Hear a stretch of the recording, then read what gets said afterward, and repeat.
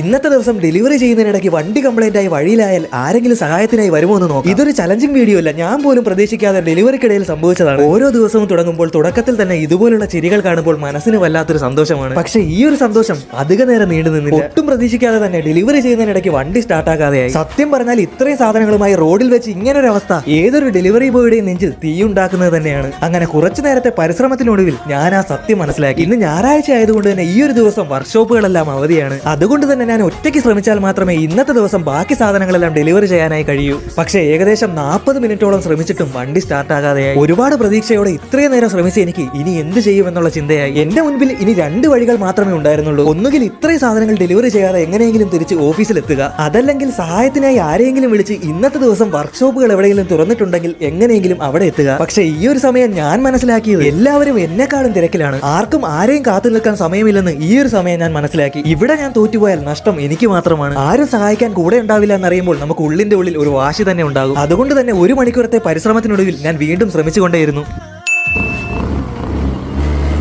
അങ്ങനെ ഈ ഒരു നിമിഷം പറഞ്ഞറിയിക്കാൻ പറ്റാത്ത അത്രയും സന്തോഷം തന്നെയായിരുന്നു. നമ്മൾ ഒറ്റയ്ക്ക് ശ്രമിച്ചാൽ ഏതൊരു പ്രതിസന്ധിയും മറികടക്കാൻ കഴിയുമെന്ന് ഈ ഒരു സാഹചര്യം എന്നെ പഠിപ്പിച്ചു. അങ്ങനെ വളരെ വേഗം തന്നെ ഞായറാഴ്ച തുറന്നിട്ടുള്ള വർക്ക്ഷോപ്പുകൾ കണ്ടെത്താനായി എന്റെ അടുത്ത ദൗത്യം ആരംഭിച്ചു. എത്രത്തോളം വെല്ലുവിളികൾ നിറഞ്ഞതാണ് നമ്മുടെ എല്ലാവരുടെയും ഓരോ ദിവസം എന്ന് പറയുന്നത്. അങ്ങനെ ഇന്നത്തെ ദിവസം അധിക ദൂരം സഞ്ചരിക്കേണ്ടി വന്നില്ലെങ്കിലും എനിക്ക് അടുത്തുള്ള ഒരു വർക്ക്ഷോപ്പിൽ എത്തിച്ചേരാനായി കഴിഞ്ഞു. അങ്ങനെ ഇവിടെ എത്തി വെറും 10 മിനിറ്റ് കൊണ്ട് തന്നെ ഇന്നത്തെ ഈ ഒരു പ്രശ്നം എനിക്ക് പരിഹരിക്കാനായി കഴിഞ്ഞു. അങ്ങനെ ഇതുപോലത്തെ സാഹചര്യങ്ങളെ ഇനിയും നേരിടാനായി എന്റെ ഡെലിവറി യാത്ര തുടർന്നുകൊണ്ടേയിരുന്നു.